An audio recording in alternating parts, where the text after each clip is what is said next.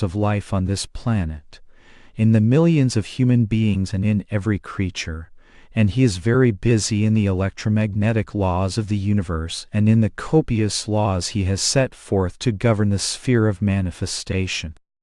So in this sense he is not individualistic, and he has to get along with the diversity in his creation, this vast variety in which he himself is contradicting himself.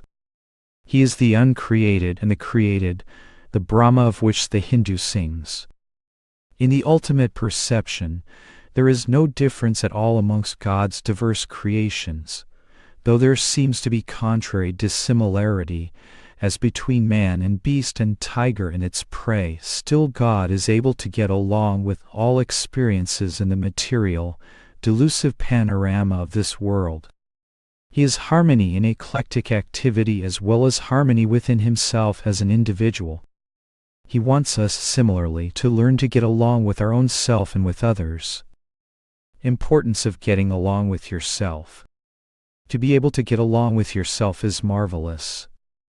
Most people know how difficult it is to get along with others. But, have you ever given thought to getting along with yourself? That is most difficult. Separate your psychological perceptions from yourself and you will see how you are constantly fighting with yourself. You do not like anyone or anything if you do not like yourself. If one does not get along with himself, how could he be expected to get along with others? Getting along with self is the most important point in getting along in this world. So first and foremost you must learn truly to appreciate and love yourself. But, when I say love yourself, I do not mean love for your egotism, selfishness and self-interest. It is instinct, of course, in man to save himself in the face of danger. Self-preservation is the law of life. Love yourself because you are a child of God with divine potentials. It is your love and concern for this potential self that inspires and inspirates unfoldment of your true soul nature. You cannot get away from yourself, even if you fly away from civilization to the farthest corner of the earth. That is why God wants you to correct yourself where you are. Some people live in the worst circumstances, and are wonderful in their ability to get along with themselves. Others have every opportunity in the world, but they cannot get along with themselves.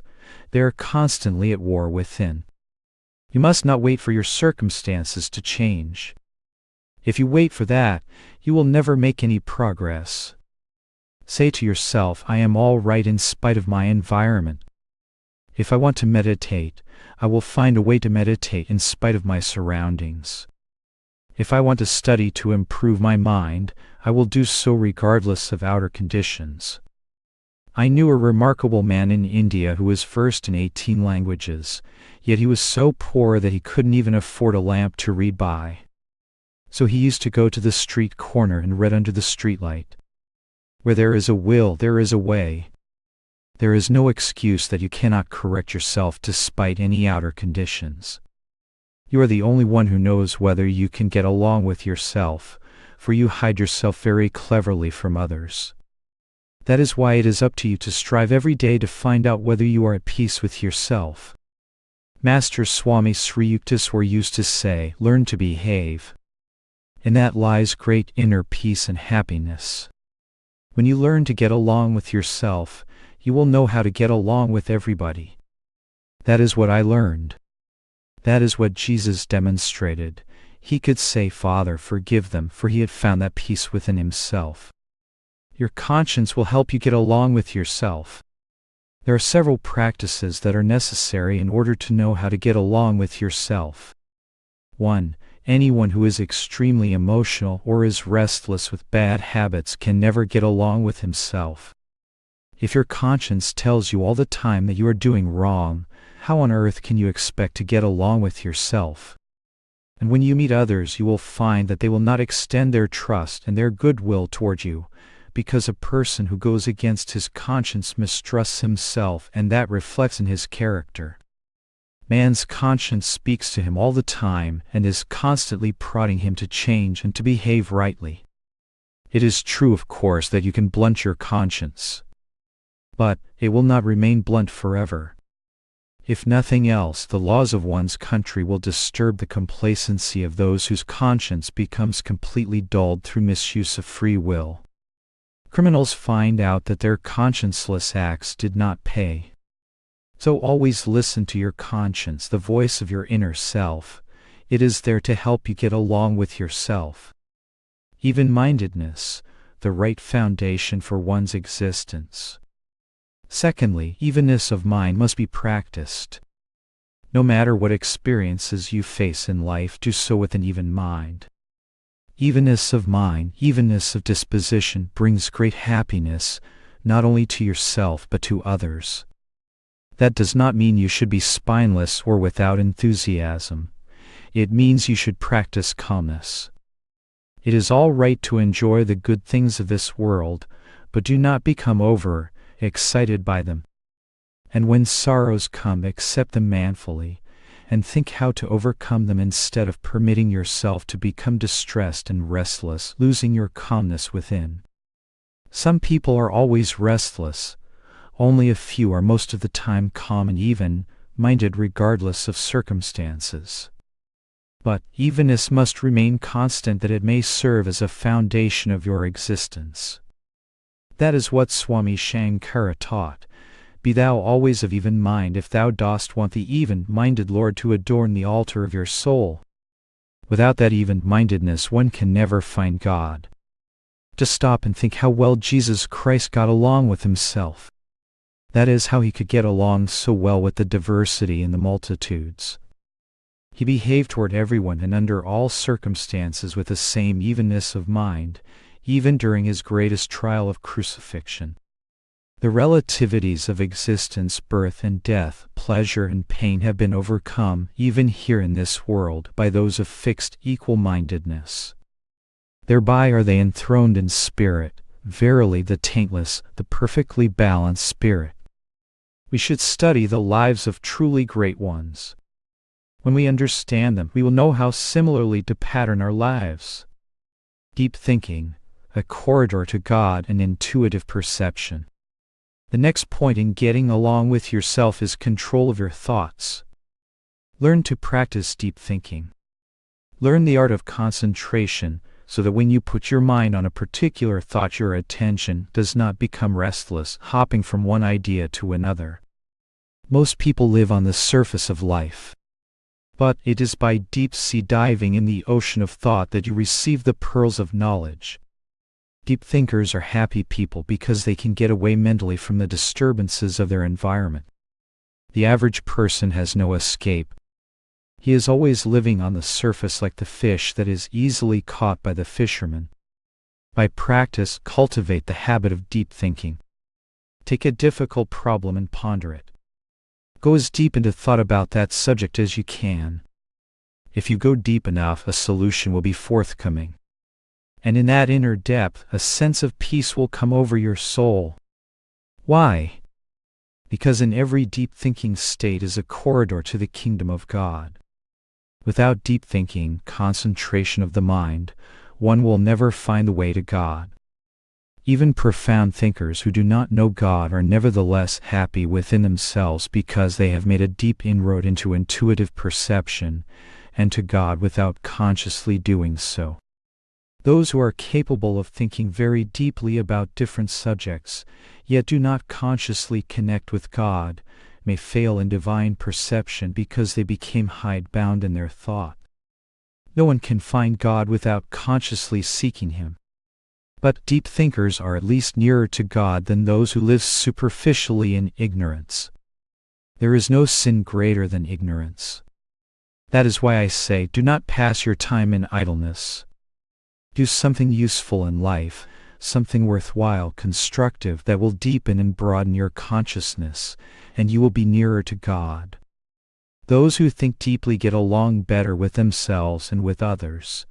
Because of their ability to explore the depths of thought, they know how to act when confronted with a difficult circumstance.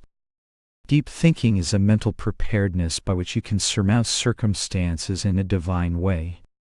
Common sense puts deep thinking into action. Along with deep thinking, you have to develop common sense, that is, sense that is common to all, an intuitive sense. Well, my husband was very sick, so I began to think very deeply about it. And by the time I had concluded my deep thinking and decided to call the doctor, my husband had passed on. That kind of thinking is not helpful. One must use common sense. It is essential that you know how to put your deep thinking into action. And no one can teach you common sense. It is an intuitive feeling that readily tells you what to do. Common sense is present in every soul, but very few people know how to develop their ability to tap that source of discrimination. You need to cultivate that power by which you can find out the right course of action in any given situation. Control desires and the habit of wasting time. Lastly, in order to get along with yourself, you must control desires. So-called merriment means burning all candles at once. No one has to chastise such people. They punish themselves by their overindulgences, which create nervousness and anger and moods. They have no joy in anything because they are controlled by their insatiable senses. The true master is one who controls his senses. When he says no to temptations, he means no. And when he says yes to right action, he means yes. Never kill time. It is too valuable to waste on useless things. I never learned to play cards or checkers or any such thing because I saw they are just a means of killing time. Life is too precious to squander. God consciousness has to be cultivated. Always be busy with God, then nothing and nobody will be able to distract you. How wonderful it is to lead a simple life, a life of inner contentment as a heaven you know not. Even if I go to the movies once in a while to get away from organizational demands, I am not entranced with the scenes on the screen, but rather with God consciousness. I am not seeing the movies, but the cosmic movies within. The consummate purpose of life is to find God. So do not waste your time in uselessness. Getting along with others begins at home. While learning to get along with yourself, you should also practice the art of getting along with others, a great but difficult art. Begin in your own home with the persons with whom you live. There is a saying, a street angel and a house devil. If you learn to get along with those in your own home, you will be better equipped to get along with the rest of the world. You need to correct your own behavior and attitude. If you instead try to escape from those who rile you, your temper and passions will nevertheless cling to you. Wherever you go, you will continue to have difficulties. Why not cure your difficulties here and now? First of all, whenever you have problems with others, look to yourself. Blame yourself if that is where the fault lies. Do deep thinking and see if your behavior is right. See if you deserve the criticism of others. And remember, example speaks louder than words. If you want to change someone else, change yourself first. If you want to teach someone else to get along with others, set the example. Getting along with human beings means getting along with God, provided those human beings are not behaving unjustly toward you. Jesus was unjustly persecuted. But if persons justly criticize you, that means you have yet to make greater effort to correct yourself. Do not sacrifice your ideals to please others. Getting along with people does not mean agreeing with everybody, and it does not mean that you should sacrifice your ideals for their sake. That is not the kind of getting along that I mean. But you can maintain your ideals without being offensive. In fact, from that standpoint, Jesus Christ did not get along with many during his time. But he maintained his ideals without being repugnant. He certainly got along with himself, for he knew that what he was doing was right. And he said, "To this end was I born, and for this cause came I into the world, that I should bear witness unto the truth." So above everything else, please God and live up to your own ideals. Never compromise your ideals, and never harbor an ulterior motive. If you can live loving God and meaning no harm to anyone, and still the world wants to hurt you, that is all right. It is better to be cursed by the whole world and be a favorite child of God than to be loved by all and forsaken by God. Getting along with others means getting along first with your conscience and with God, and then with people. That realization is one of the great blessings I receive from my Master. There is nothing in the world that measures up to the joy that I receive from his company. When you have the security of true joy, you have everything. You do not need the world. During my earliest years in this country, I was once invited as a guest of honor to a large party. I didn't know what an elite cocktail party was, so I didn't know what I was getting into. But I never before or after attended such a gathering. Everyone was drinking heavily. Late into the evening they asked me to speak, so I gave them a talk that I think they never forgot. I did not speak in anger, but in truth. Is this your natural way of life? Are you really happy embalming yourself in drink? This is not fun, getting dead drunk and talking in an evil way. What is this? I know many of those present made an inner promise never to go to such parties again. I was not mad, for I kept myself inwardly aloof. In that way I can get along fine with others. I do not have to follow their ways, rather I would try in a kind way to influence them to follow my ways. With God in your breast, joy in your heart, wisdom in your mind, and all the power of heaven in your soul, you are in the joy of the Eternal Father. That is the power which I see and feel all the time. Behave in a truthful way that is not hurtful to others. If you cannot get along with others because of your ideals, then it is best to get away from those naysayers. If your goodness becomes a torture to others, stay away from them. You should not feel you have to beat others over the head with a club to make them follow. If they do not want to follow you, let them go their way. But always be willing to share your understanding with those who are seeking and who are thirsty for the nectar of the soul. Make them happy. Smile from the soul. Develop the habit of being pleasant. I do not mean that you should smile always like a Cheshire cat. Such a smile means nothing, it is shallow. But a smile that registers deep in the heart and expresses itself in the face is marvelous. It comes from being sincere. Sometimes those who are much in the public smile in a lifeless, practiced way, while inside they are thinking of something else. There is nothing inside to make their smile real.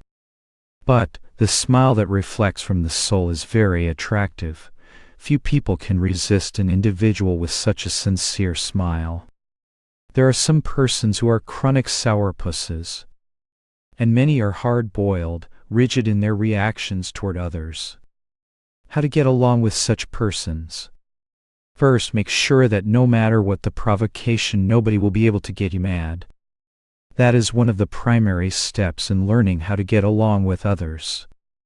No matter what happens, let no one get your goat. It is difficult for those who have no self-control, but it is the easiest thing to do if you make up your mind. Do not boast that you never get angry, just practice it to the best of your ability. If you proclaim it, people have a tendency to take advantage of you. And do not be outwardly docile while seething dangerously inside. Under no circumstances let anyone make you angry enough to do something that you will rue later on. Most people who lose their temper regret afterward what they have done. Affirm with conviction, I have perfect possession of my emotions. Persons who do not have their emotions under control are their own worst enemies. Every unfulfilled desire rouses their ire. When anyone can make you mad, it is because some desire within you has been contradicted. Otherwise, no one could make you angry. There is a time to remain quiet but firm. In your efforts to get along with others, do not be a doormat or everyone will want to run your life for you. If they cannot dominate you, they get angry, and if you listen to them and do their bidding, you become spineless. Then how are you to behave? When you find resistance to your ideals, the best way is to just remain quiet but firm. Say nothing. Do not get angry. Verbal punch after punch you may get, but do not permit it to provoke you. Refuse to quarrel. Eventually those persons will understand that you do not mean to anger them, but at the same time you have your own good reasons for not wanting to do what they request of you. When people lose their tempers, get away from them until they are calmer. If you can get together and talk out your problems, it is wonderful. Communication is vital. But, if anyone just wants to fight, simply say, "I am going to take a little walk." Then return and be prepared to discuss. But if the person still wants to fight, go out again and take a longer walk. Refuse to fight.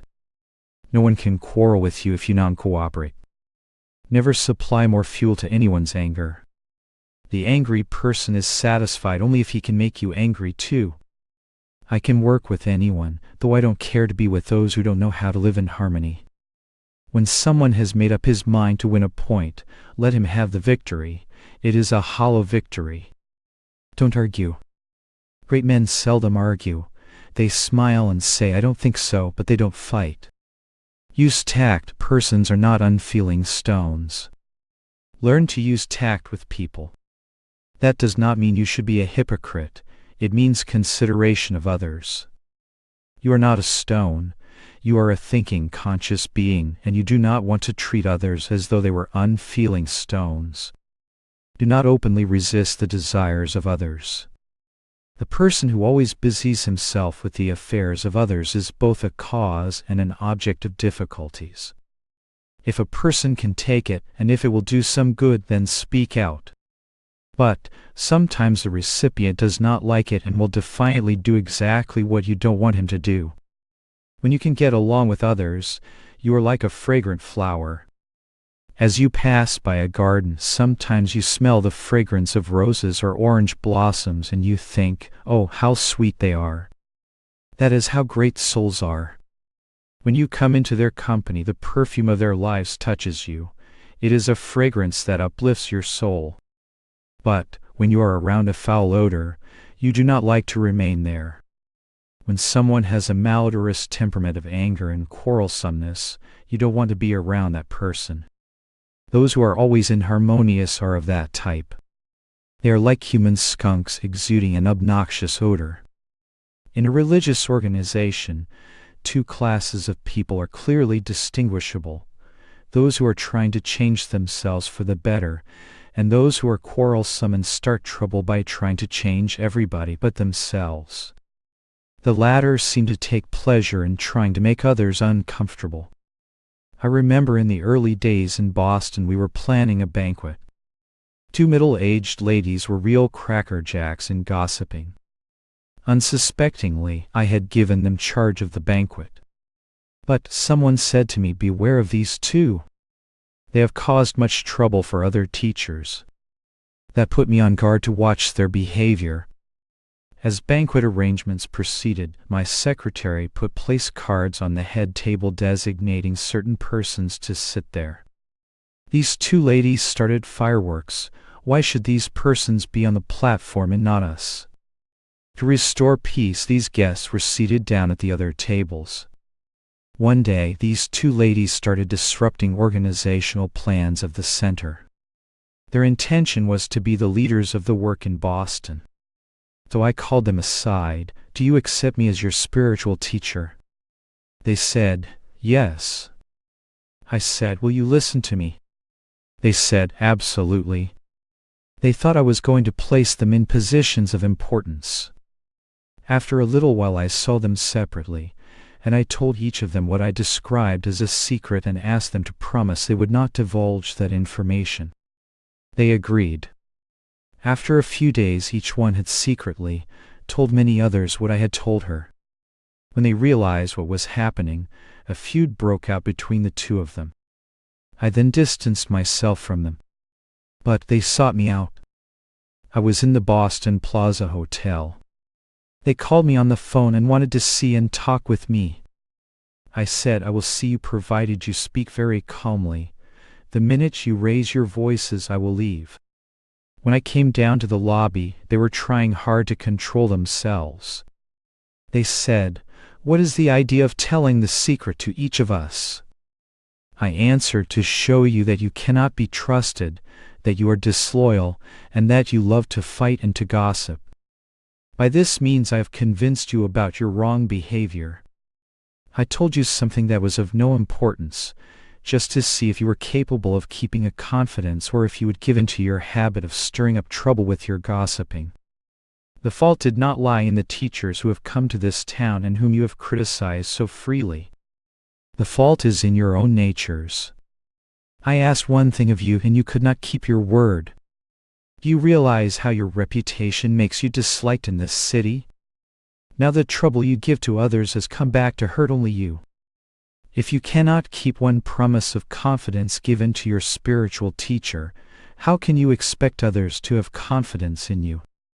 If you don't keep faith with me, you won't keep faith with anybody else. Are you truly at peace and happy within your own souls? I was sincere with them, but I gave them that day a very honest and earnest appraisal of their behavior. After doing so, I said, "Now I am not going to shut you out of my classes. But you must promise me that you will not talk against anyone during the class series. Do not think of yourselves as teachers. As long as there is prideful desire to teach, you are not qualified to teach. First you yourself must live it. If you do that, others will follow your example." And do you know that hour after hour, they attended the classes and didn't once disturb anyone? They were the meekest of students. You see, I got along with them all right because I did not get angry. I used tact to bring them to the sudden realization of their mental weaknesses. But getting along with others cannot be done only by tact.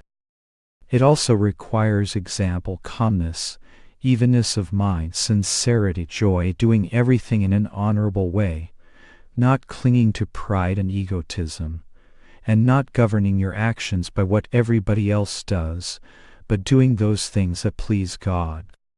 Find your peace by meditating regularly and deeply, and you will be surprised to see how your relationships with others improve. Also develop your power of usefulness. That is love. Think about that.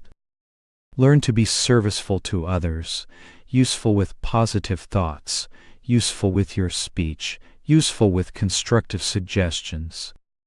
But do not give advice where it is not wanted. If your suggestions are unwelcome, have the control to remain silent. And when sometimes you do good to others, and then can no longer help them in a material way, if they become inimical because they continue to expect from you, never mind. Go on doing what is right. Do the best you can and forget it. Be sincere, never resort to flattery. Be sincere with everyone. You can get along with most people if you flatter them. But that destroys the character of both the giver and the receiver. Praise is not harmful if it is sincerely meant. Everyone likes encouragement and to be praised for one's good qualities and actions, if that recognition is sincere. But when someone gives flattery in order to get something in return, that is wrong. If my love is not sufficient, I shall not bribe anybody with flattery. There was once a wealthy student from Milwaukee, a Mr. R., who came to stay at Washington. This was during a difficult early period when we had very little money to support the work. He came to learn, but soon developed the habit of trying to teach everybody else instead. I called him to my study and said, "I prohibit you from giving any more money to the organization. I gave you my love, but you want flattery from me. You came here to learn, but now you want to teach us." He became angry. I said, "Don't think you have fooled me because I have remained quiet. All you need is a good dose of flattery and then you think you are all right. But I will not give you flattery." Tears came in his eyes and he said, "But everything here will go to pieces. The magazine will be stopped and Mount Washington will not last unless you take money from me." I replied, "What of it?" He was angry for a long time, predicting that everything would fall apart without him. But, I said, maybe not. Then I cautioned him, "Beware, you are making dire predictions. But I say unto you that if you go on in this way, all your money will be taken away from you." He left Mount Washington and later joined another society. They flattered him and gave him an important position, and then divested him of all his money. He had to go back to where he started. What would we have been if we had accepted money from that man?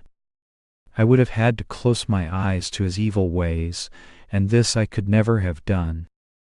Right after that experience, one of the greatest friends and devotees came into the organization. That was Saint Lin. I have seen great things in my life. Everything that you give up for God, he knows. What is it if by flattery you gain friends and followers if God is not there? You are forsaken by the world for insincerity, and forsaken by God as well, going at death into the depths of the astral world without any assurance from your conscience, nor from God, nor from man. Relationships that are based on an exchange of sincerity and respect are wonderful. Do not sully friendship by becoming too familiar with anyone. Familiarity breeds contempt. No one has been able to be over-familiar with me. Disrespect and taking someone for granted severely jeopardize a relationship. Whenever you mix with people, mix respectfully with love and sincerity. When you feel like being alone, get away from people, be by yourself. Do not keep company with people unless you are prepared to give them your full attention. In that regard, when I am with others, I mix with concentration, with attention, with love. But when I am alone with my God. Do not make a habit of associating with people uselessly. When it is worthwhile, it is all right. I like to be with people in worthwhile activities and uplifting exchanges of friendship, but not in anything that is a source of inharmony. Keep your distance from whatever or whoever creates inharmony. Come for truth that flows from my soul. I wish these truths were taught in childhood. They should be dinned into the ears of your children. Lessons learned early in life make lasting impressions. In my own childhood, one day, I made up my mind that I would never get angry, and I have never broken that vow. Sometimes I have talked sharply, but inwardly I am never angry with anyone. I don't like to speak forcefully, but I do it sometimes because an individual may better remember what is said to him with firmness. I have great peace within myself. If you are a man of peace, no one can steal that tranquility from you, unless you yourself carelessly relinquish it. From that inner center of peace I teach with the principle of love and kindness. It is the better way. If that is misunderstood by anyone, I leave that person alone, I remain silent. You come here for pure truth that flows from my soul.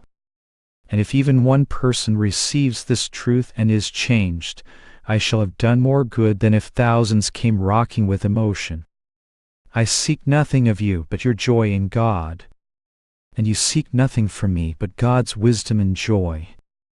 A spiritual man will get along with everybody, even if they may not always get along with him, because he will understand and sympathize and try to bring them to God. Jesus said, "Heaven and earth shall pass away, but my words shall not pass away." Prepare yourselves now to be instruments of truth. I used to tell the students in my school in India that they must not only speak truth and expect forgiveness, but that they must speak truth and willingly accept any unpleasant consequences. Make the effort to get along with others through kindness, love, and compassion, but whenever untruth comes, stand firmly against it. Never cooperate with untruth. Ask yourself if you are getting along with God. My master was a great soul. Such souls you will read about when I have completed my book.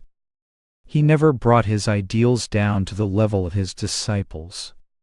He was firm and uncompromising. But he used to tell me that my ways were softer than his. I understood him. And what he did for me, no words of this world can ever possibly describe. I would rather be trampled by his scoldings and be enthroned in a castle without God. I always told him my foremost craving was to get along with God. Every day you should ask yourself, have I gotten along with God? Do you know what are the signs that you have not gotten along with God?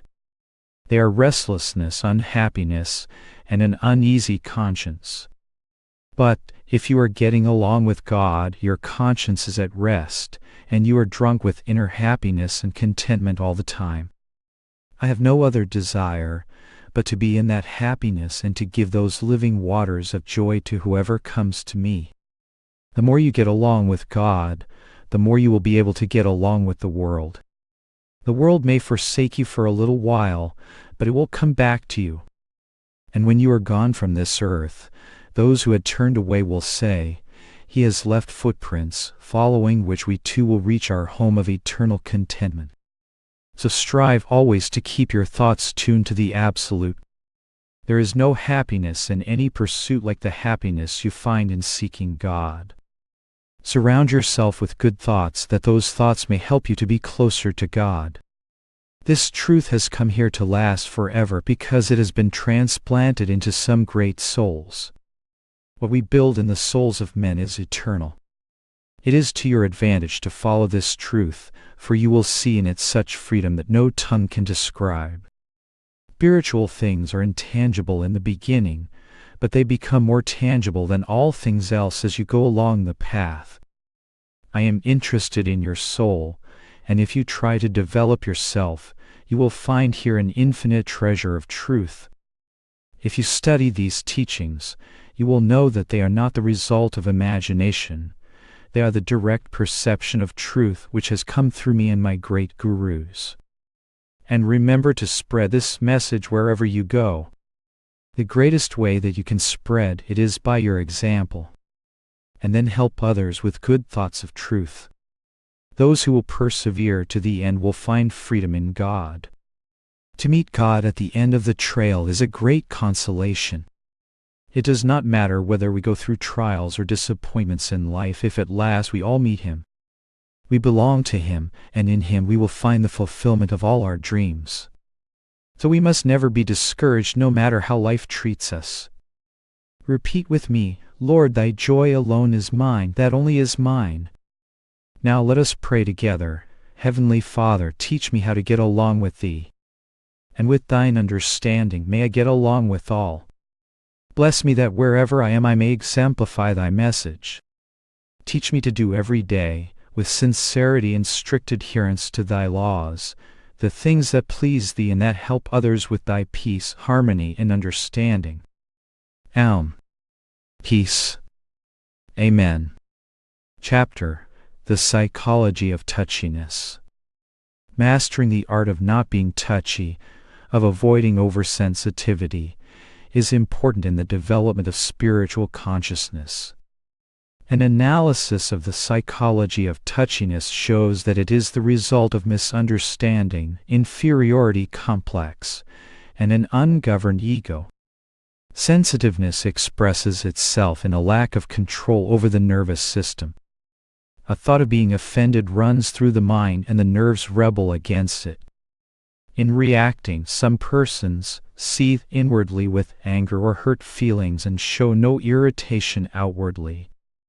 Others express their emotions in an obvious and instant reaction in the muscles of their eyes and face, and often in a sharp retort of their tongue as well. In either case, to be touchy is to make oneself miserable, and to create a negative vibration that also adversely affects others. To be able always to spread an aura of goodness and peace should be the motive of life. Even if there is good reason for being excited because of mistreatment, one who instead controls himself in such a situation is master of himself. It is a common trait of human beings to be touchy. And when this irrational emotion comes, it blinds the eyes of wisdom. Even though the touchy person may be in the wrong, he perceives himself as thinking rightly, acting rightly, feeling rightly. It is when the scales of ignorance fall away from the inner sight that one is able to measure exactly the good points and the weak points of oneself and others without the prejudice and intolerance of the emotional ego. One then worships only what is good and remains transcendently indifferent to what is psychologically unwholesome. Many persons think that they should pity themselves when criticized, and that sensitiveness brings a little relief. But such people are like the opium addict. Every time he takes the drug, he becomes more steeped in the habit. Be as firm as steel against sensitiveness. Never be touchy or harbor self-pity. An oversensitive person frequently suffers in vain. Generally, nobody has any idea that he has a grievance, much less what it is. So he feels further hurt in his self-created isolation. Nothing is accomplished by silently brooding over some perceived offense. It is best to remove by self-mastery the cause that produces such sensitiveness. In my youth I was very sensitive, and consequently the one who suffered most was myself. It was a process of self-torture.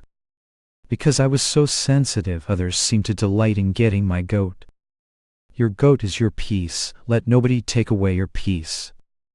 My discomfiture was not wholly the fault of the taunting of others, it was also the result of my own sensitiveness to their remarks. I found that the more I argued with people who criticized me, the more satisfaction they got. At last, I made up my mind that no one would be able to destroy my peace. I decided, let them criticize all they want to. I remained indifferent to their unjust barbs, as untouched as if I were dead. They soon lost their enthusiasm to pick on me, and many became my friends and followed me. It is futile to demand kindness and respect from others. You must rather learn to merit it. If you are sincerely kind and respectful to others, and return any courtesy they show to you, you will always be treated respectfully. And do not paralyze the goodwill of others by being touchy when they offer constructive criticism. Cooperate whenever anybody tries to help you. My master Swami Sri Yuktiswarji was very strict with me. He watched every nuance of my thoughts and freely corrected me. He was harsh at times, but it was always for my highest good. Many did not survive his sharp discipline, but I did, and words cannot thank him enough for undertaking the task of molding my life with his wisdom. Persons with well-developed spirituality can clearly see the faults in others. When a clear-sighted well-wisher tries sincerely to help you, that person should not be looked upon as one who wants to exercise lordship over you, but rather as one who is trying to give you understanding and strength to see and conquer your weaknesses. You should cooperate. Be courteous and kind, and if you start to sink into the mood of touchiness, immediately control yourself. Intelligent people, those who possess true understanding, always leave non-understanding persons alone. They do not want to waste their time and effort in dissembling with those who have no ears or willingness to hear. Within my inner heart, I never let myself become touchy. I am at peace with myself. It is when you are not at peace with yourself that you become touchy. This is to be small. To be great is to be big-hearted no matter how others hurt you. That is the way to live. Do not wait until tomorrow. Begin today. One should be able to control his moods instantly. To let the fire of sensitiveness eat into one's heart, and to keep it smoldering there, will burn away the fibers of inner peace. A wise person controls his sensitivity, knowing that it is nothing but an agency of metaphysical Satan trying to destroy the soul's peace. When anything distresses you, no matter how you justify your unhappiness, know that you are succumbing to undue sensitivity, and that you must not indulge in it. Sensitiveness is an unspiritual habit, a nervous habit, a peace-destroying habit that takes away your control over yourself and robs you of your happiness. Whenever a mood of sensitiveness visits the heart, its static prevents you from hearing the divine song of healing peace that plays within through the radio of the soul. Whenever sensitiveness appears, try immediately to conquer that emotion. There is a difference between emotional sensitiveness and spiritual sensitivity. Those who are spiritually sensitive are discriminatingly watchful of their own feelings and are keenly perceptive of the feelings of others, but they remain aloof from the disturbances of psychological impulses. Just as butter can float in water and remain unchanged, undiluted by its surroundings. But touchy sensitiveness is like a ghost that haunts you. It tortures your nervous system and makes you feel that the whole world is full of enemies. The person of extreme sensitivity often foolishly blames others for the hurt he feels. He should try to understand that his hurt is self-inflicted. It is better to blame oneself for being oversensitive than to be angry with others. Nobody should catch you in a touchy mood. Quietly correct yourself. If necessary, hide yourself in a room away from others until the fever of sensitiveness is gone. The face is the reflector of your inner self. The heart, the source of feelings, is the basis of that reflection. Your face should be an inspiring sermon. Your countenance should be a beacon for others to follow, a lighthouse by which shipwrecked souls can find the way to safety in the harbor of peace. Your face should be an altar where peace reigns, where God reigns, where all the votaries of psychological goodness assemble to invoke the Almighty God of peace and love.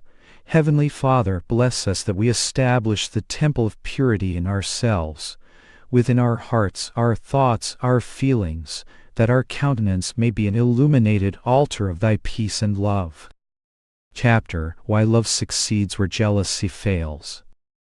Jealousy, anger, fear, all the negative physical and mental impulses that impel human beings to do wrong, where do they come from? Many say these are of psychological origin. But I say they come from the evil force. There are two forces in this world, good and evil. Wherever there is good, there is also evil. Man, endowed with independence and free will, suffers the consequences of his wrong actions, but he is not the creator of the agents that influence those errors. Plants commit no evil, and yet they succumb to diseases. The animals, which are governed by instinct with no consciousness of evil, similarly suffer. Side by side with every good there is a corresponding evil. God creates the sunshine and the evil force creates destructive storms and droughts. The beautiful flower blooms and is destroyed by insects. God says to love, the evil force says be jealous, you are justified to hurt and enfeeble an opponent. Don't listen to that dark power. It isn't you. Jealousy, anger, fear are creations of the evil force. Recognizing this force as a conscious power, Jesus said, "Get thee behind me, Satan." Any time the voice of jealousy, fear, or anger speaks, remember that it is not your voice and command that it be gone. But you will not be able to expel that evil no matter how you try, so long as you give that negative feeling a safe harbor in your mind. Eradicate jealousy, fear, and anger from within, so that every time an evil impulse tells you to hate and to hurt, another stronger voice within tells you to love and to forgive. Listen to that voice. Just imagine if we could take away from the world selfishness, jealousy, and anger, there would be no wars. But these destructive perpetrators are tenacious and constantly fight with goodness for supremacy. God speaks of peace, and the evil force urges restlessness and discord. God is trying to coax you into actions of love. The evil force is trying to lure you to fight. You are a free agent, you can choose as you please. Whenever you are jealous, you are in collusion with the cosmic delusion of Satan. Whenever you are angry, Satan is guiding you. The voice of fear is his evil voice. But whenever you are filled with love and forgiveness, God is with you. Help him to work through you. He cannot do so unless you help him. All relationships should be grounded in friendship. The followers of Satan have but one reward: misery. The followers of God have blissful peace. He finds peace who knows me, as the infinite Lord of creation, and as the good friend of all creatures. Heed the voice of love within. Live love, practice it within and without. Wherever you go, give love and understanding. Become like a flower whose fragrance overpowers the noxious vapors of jealousy, fear, and anger. Spread the fragrance of divine love and friendship to all with whom you come in contact. Those who refine their spiritual sensitiveness will feel the awakening of universal Christ consciousness in their expanding love. Cultivate it by first practicing godliness with the people around you. Always think of others before yourself. Be a selfless friend to all, to your spouse, your children, your close associates, everyone you meet. Requisite to friendship is the acceptance of each one's individuality. Two souls, different in character, pulling together the chariot of life to a common goal. Truth must be the standard upon which a relationship is based. And no matter what one says, even if it must be to discipline or dissent, it should be said with love, never with harshness or meanness. The duty of friends is to continuously help each other to develop themselves. When souls seek progress together in God, then divine friendship flowers. If the qualities of the heart are spiritualized and perfected with sincere friends, and that circle of love is expanded until it is all-inclusive, then one finds the friend of all friends, the divine friend behind all relationships. Jealousy foreshadows the end of happiness. Whereas the love of God unites, the negative impulses of the evil force divide and destroy.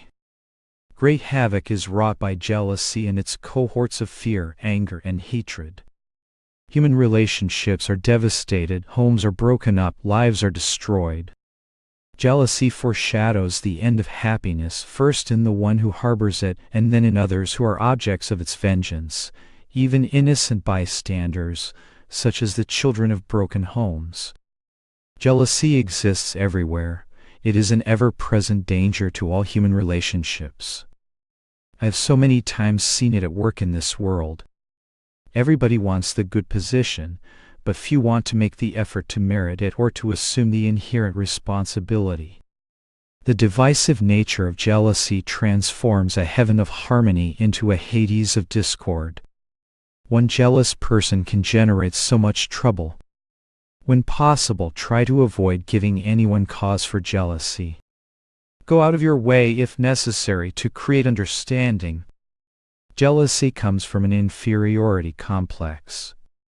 Jealousy comes from an inferiority complex and expresses itself through suspicion and fear. It signifies that a person is afraid he cannot hold his own in his relationships with others, be they conjugal, filial, social. If you feel you have cause to be jealous of someone, for example, if you are afraid that the one you love is transferring his or her attention to another, first strive to understand if there is something lacking within yourself. Improve yourself, develop yourself.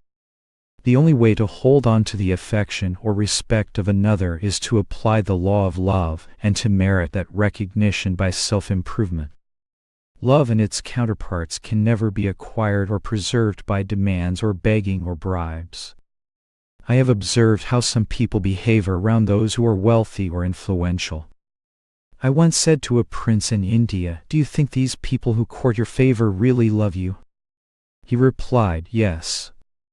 But I had seen them in a different light, and I cautioned him, "Stop giving them money and gifts, and you will find that they are not sincere. They mock you with their flattery. True love cannot be bought. To receive love, one must give it freely without any condition." But, instead of following this rule, the insecure person resorts to jealousy. This makes the loved one angry, and thus defeats its very purpose. Jealousy then responds to the anger with a desire to strike back. But, anytime one wants thus to harm another, he ultimately hurts himself even more. Evil acts have their source in evil thoughts. These caustic mental parasites eat away the very fiber of one's being. They burn and destroy inner peace, one's greatest wealth. Whatever is not mine, let it go. Why be jealous?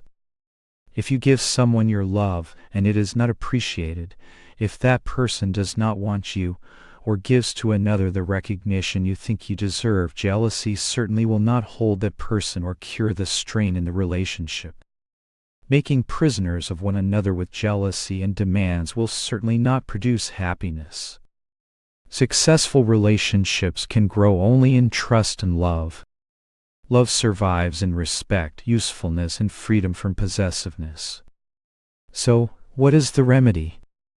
Any time jealousy tries to bind you, make strong affirmations. I am free from the bondage of jealousy and fear. Whatever is mine will be mine. Whatever is not mine, let it go. When you will be free from all jealousy and fear, your life will be wonderful. You can be free. What is yours will be yours, and what is not meant for you would not make you happy. Fulfillment lies in constantly improving yourself, so that instead of your seeking others, others will seek you. Give love and friendship without expecting or demanding anything in return. Expectation will make you a victim of misery. Even while striving to improve yourself, learn to stand alone, secure in your own virtues and self-worth. If you want others to believe in you, remember it isn't only your words that have an effect, but what you are and what you feel within, what is in your soul. Always strive to be an angel within, no matter how others behave. Be sincere, kind, loving, and understanding. Anyone who does not respond to goodness is not worthy of your attention. Even if you have to lose a loved one, it is better to let him go thinking of you as an angel rather than as a green-eyed monster of jealousy. Leave with that person a beautiful thought of your love, and that love will ever remain in his heart. Thoughts can be more effective than words. Never speak harshly under the fire of jealousy. The mouth can be like a cannon, and speech more damaging than any exploding shell. You discriminate in your use of words. People do not like to be told their faults. If guidance or constructive criticism isn't welcome, withhold your words. Otherwise, the more you say, the worse you may make the situation. Thoughts can sometimes be more effective than words. The human mind is the most powerful broadcasting machine there is. You constantly broadcast positive thoughts with love, those thoughts will have an effect on others. Similarly, if you broadcast jealousy or hatred, others receive those thoughts and respond accordingly. Ask God to put His power behind your efforts. If, for instance, it is the husband that is going astray, the wife should pray to God, "Lord, help me to help my husband. Keep all taint of jealousy and resentment out of my heart. I only pray that he realize his error and change. Lord, be with him and bless me that I do my part." If your communion with God is deep, you will see that person change. The more errant a person is, the greater kindness you should give.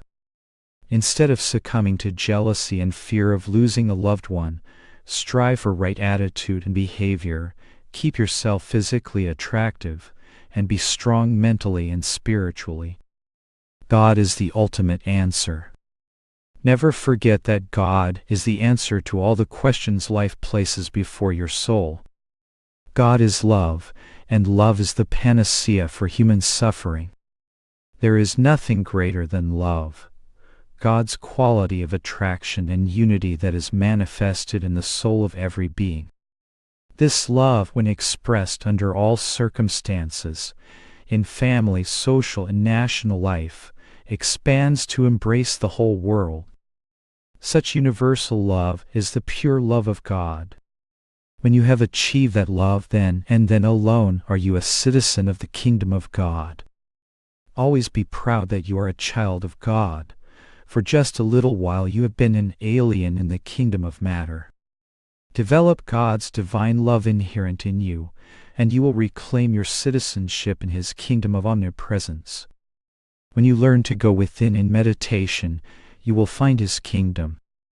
It is within you. God is within you.